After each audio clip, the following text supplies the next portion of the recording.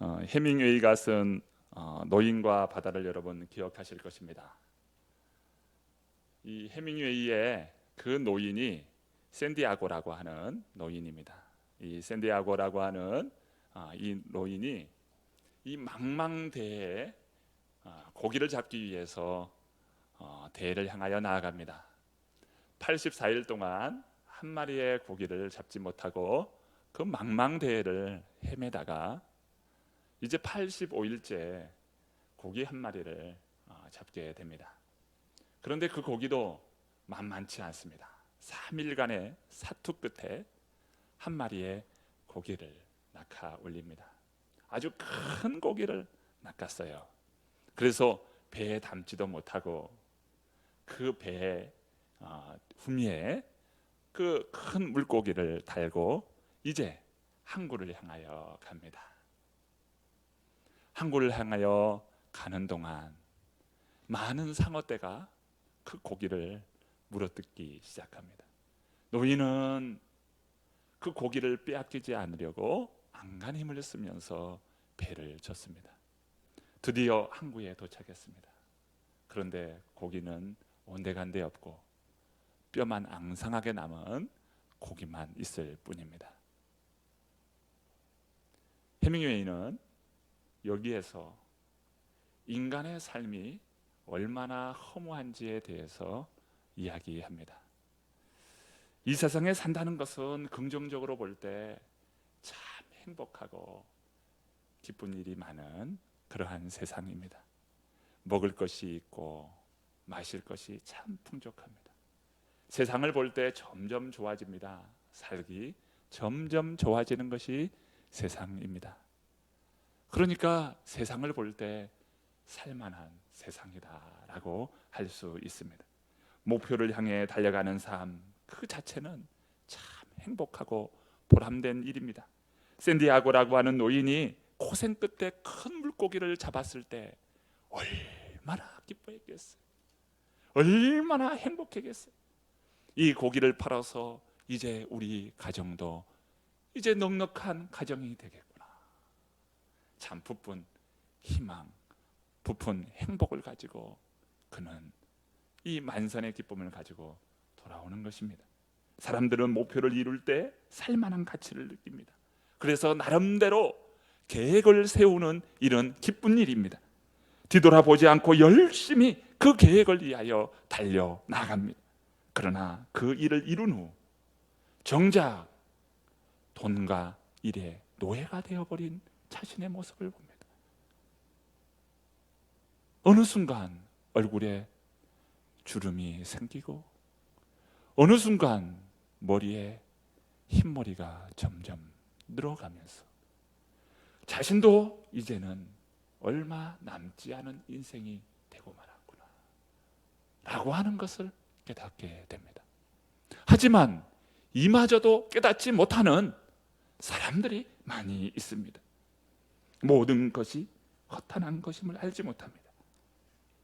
이 세상은 살만한 곳이지만 한편으론 허무하고 허망한 인생으로 끝나는 세상입니다.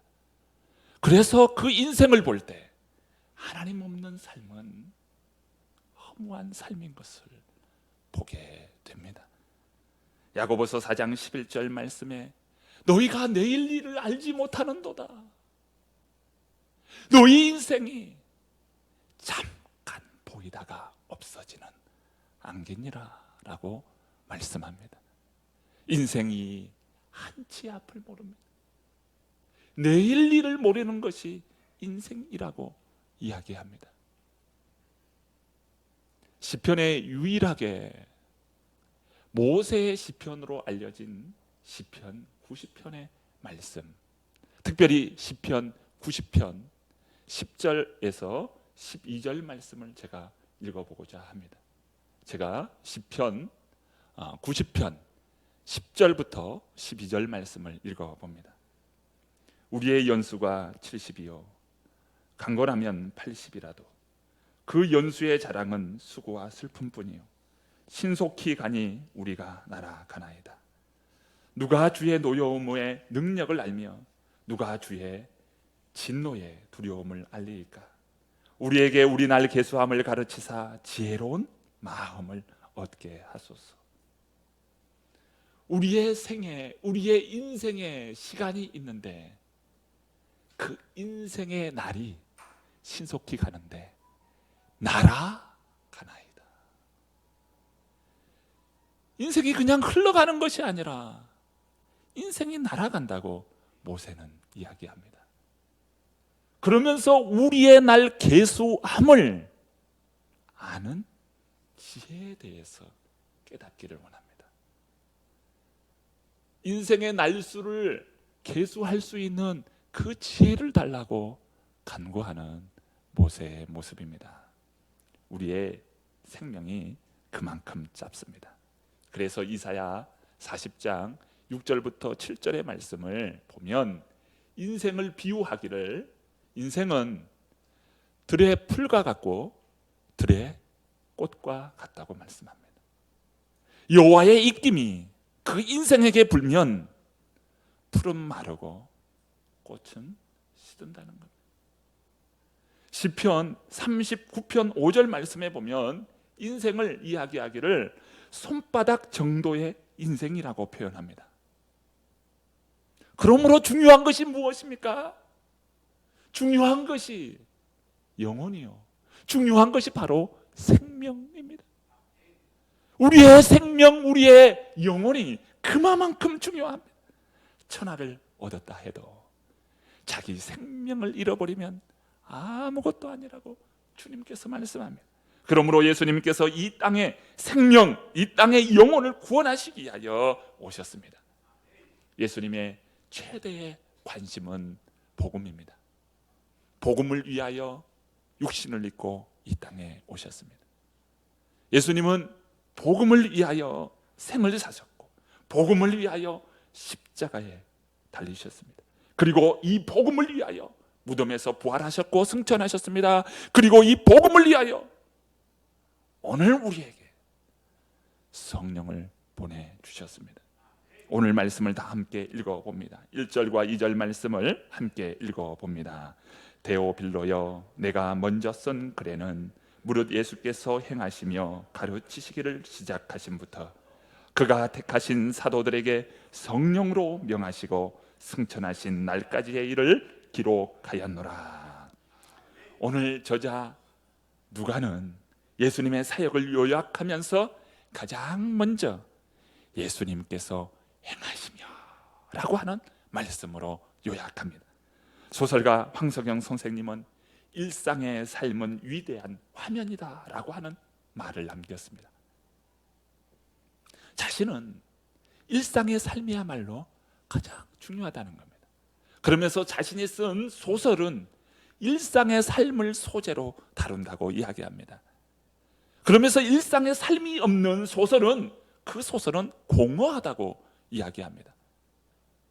일상의 삶, 이것은 나 자신을 보여주는 화면입니다.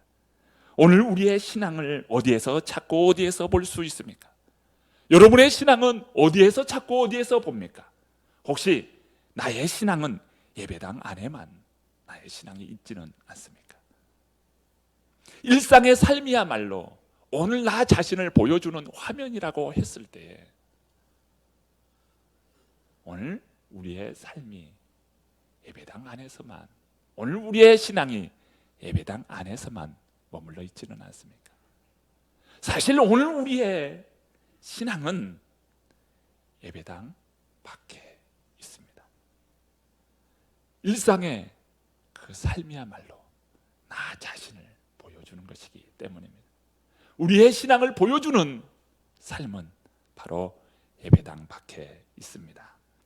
오늘 우리가 읽는 마태복음, 마가복음, 누가복음, 요한복음, 이 요한복음까지 복음서가 기록하기 이전에, 그리고 고린도전서, 고린도후서, 로마서, 이런 교리서가 기록되기 이전에 예수님의 삶이 먼저 있었습니다. 복음서가 무엇입니까? 복음서라는 것은 예수님의 삶에 대한 기록입니다. 친히 예수님께서 하나님의 아들 되시고 구원자 되심을 보여주는 것, 그것을 기록한 것이 복음서입니다. 그러면 교리서는 뭘까요? 교리서는 예수님의 삶에 대한 해석입니다. 오늘 우리가 읽는 사도행전은 복음서와 교리서 사이에 있습니다. 사도행전은 사도들의 행전이라 부를 수 있습니다. 사도들의 행전. 여기서 행전이라고 하는 것은 행할 행자에 기록할 전자, 또 정기 전자를 써서 바로 사도들의 행한 일, 이것을 기록한 것이다 라고 말할 수 있습니다. 우리는 복음서와 교리서 사이에 사도행전이 있다는 것을 주목해야 합니다. 교리서와 복음서 사이에, 복음서와 교리서 사이에 사도행전이 있다는 것에 바로 메시지를 들어야 합니다. 복음을 믿는 자는 주님을 따라야 하고 교리보다 앞서서 우리의 삶이 우선되어야 함을 이야기합니다. 오늘 말씀 1절과 2절 말씀을 제가 다시 한번 읽어봅니다. 데오빌로여, 내가 먼저 쓴 글에는 무릇 예수께서 행하시며 가르치시기를 시작하신부터 그가 택하신 사도들에게 성령으로 명하시고 승천하신 날까지의 일을 기록하였노라. 사도행전은 의사이면서 누가복음의 기록자인 누가복음에 의하여 쓰여졌습니다. 그것도 데오빌로라고 하는 한 인물에 대하여 편지를 씁니다. 먼저 쓴 글, 이것은 바로 사도행전의 전편인 누가복음을 나타냅니다.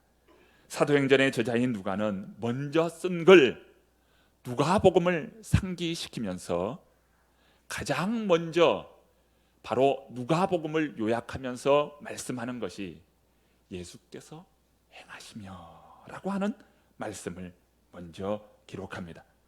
가르침이 먼저가 아니고 행하신 것이 먼저라는 겁니다. 가르침이 중요한 것은 그의 행하심에 뿌리를 두고 근거를 두고 있기 때문입니다.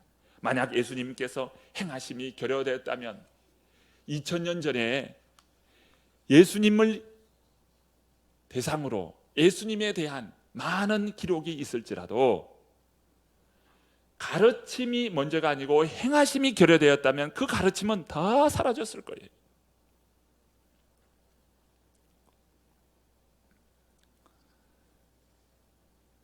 가르치기 전에 예수님은 육신을 입고 이 땅에 오셨습니다. 가르치시기 전에 세리와 죄인의 친구가 되셨습니다. 가르치기 전에 예수님이 친히 세례를 받으셨습니다. 가르치기 전에 예수님은 사단에게 이끌려 시험을 받으신 후 사단을 몰아냈습니다. 예수님은 가르침이 먼저가 아니었고 바로 철저히 행하셨습니다. 인간을 사랑하시되 낮은 자리에서 사랑하시고 섬기셨습니다. 그분의 사랑은 대적적인 십자가에서 절정을 이룹니다.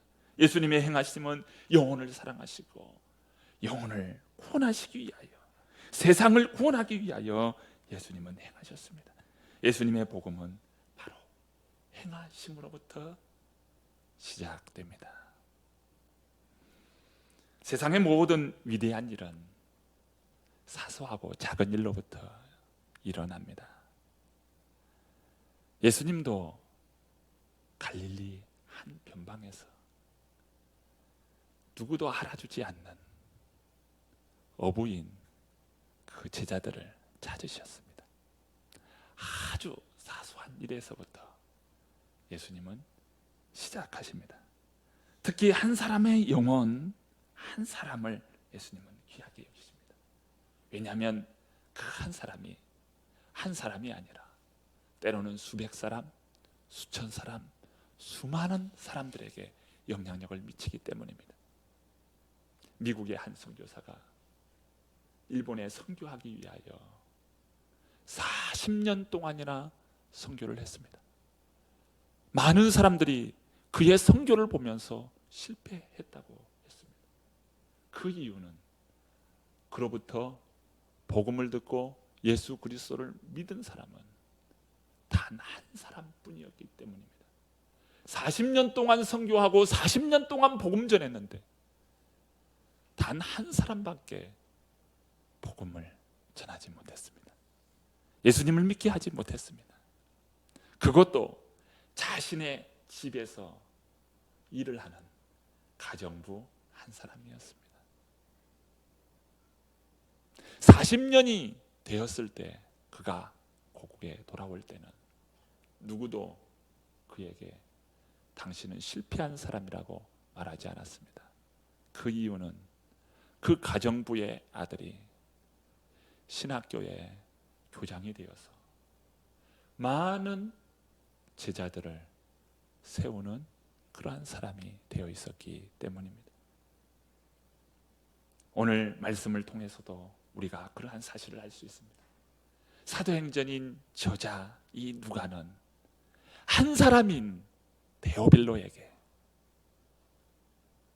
펜을 들어 수천 페이지의 원고지가 되는 분량의 그 글을 전편인 누가복음, 후편인 사도행전을 통해서 바로 전하고 있기 때문입니다. 데오빌로 이 한 사람을 위해서 누가는 펜을 들었습니다.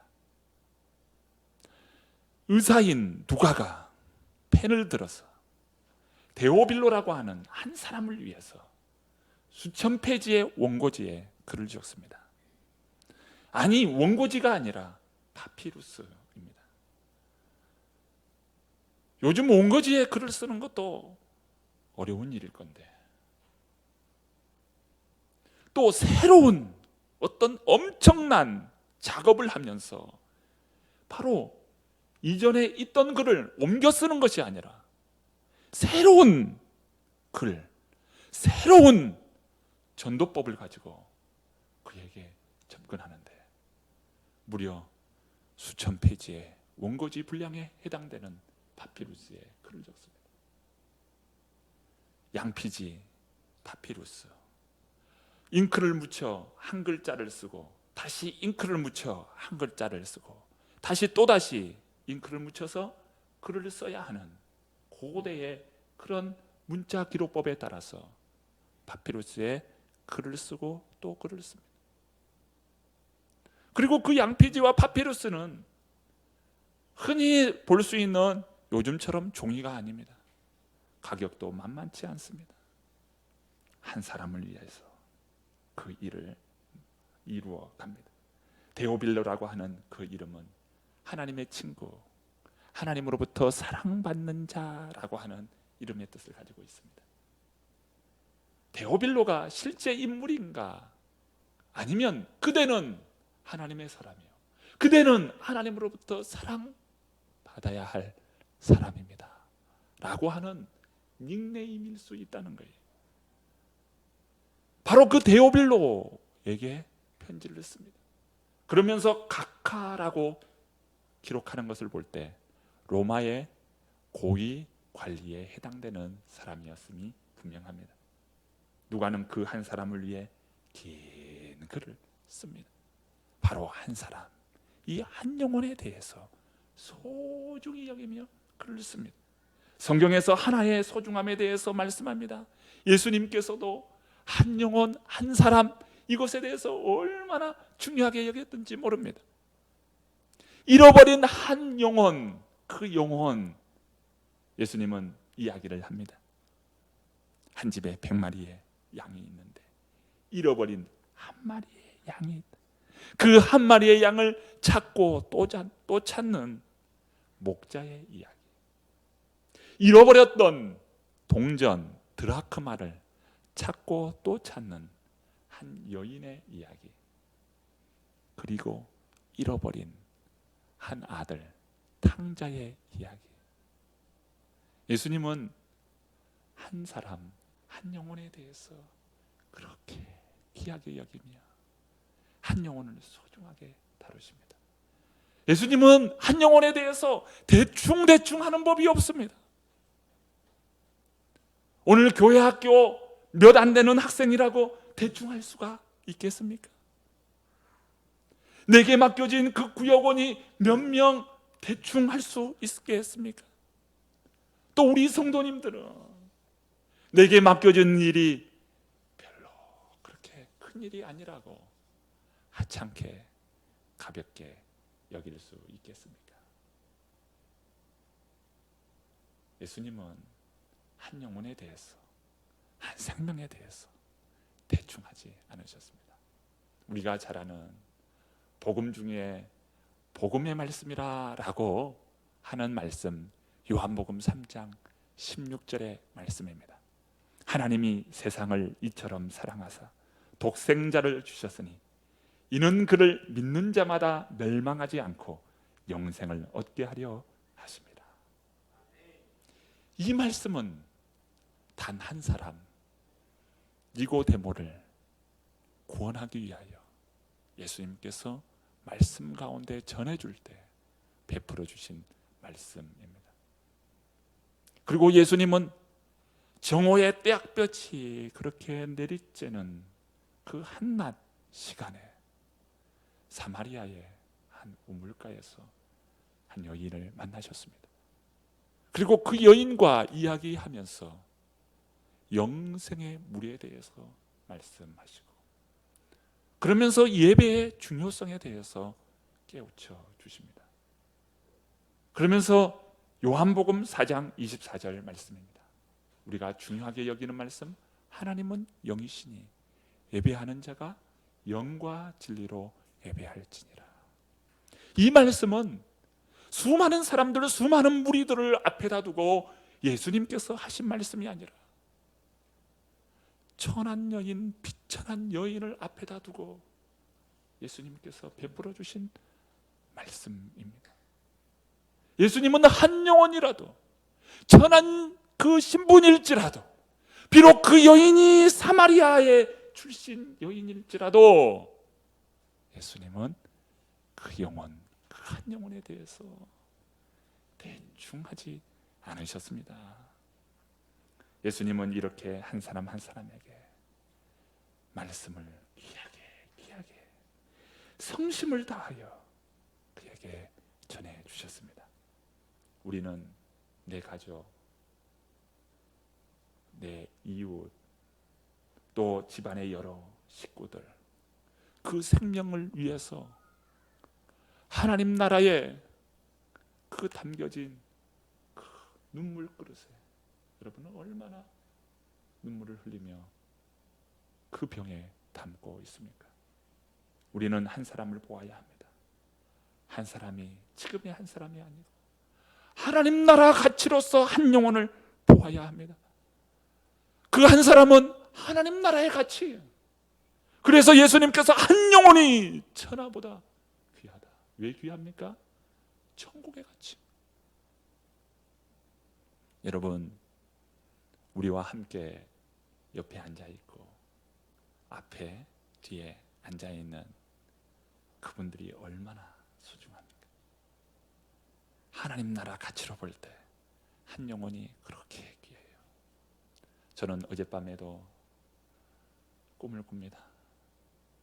한 집사님이 제게 꿈속에 찾아왔더군요. 그러면서 이렇게 이야기합니다. 목사님, 저 이제 절대로 목사님 떠나지 않을 겁니다. 교회 떠나지 않을 겁니다. 그러면서 이야기하기를, 왜 그랬나? 저 죽다가 살아났습니다.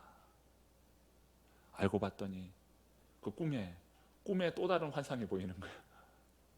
산소 마스크를 꼈다가 그 산소 마스크를 벗고 다시 찾아온 거예요. 죽다가 살아났다는 거예요.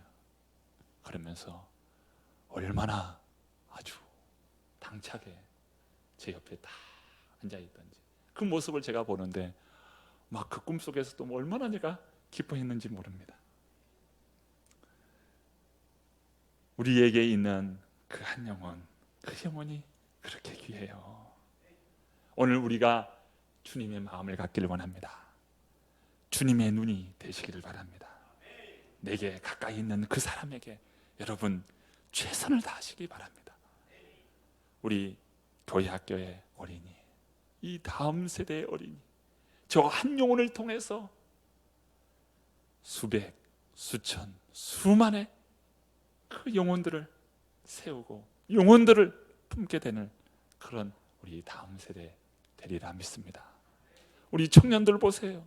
이 청년들을 통해서 하나님께서 위대한 일을 이루어가게 할 것입니다. 우리 청년부 한 분 한 분들을 보세요.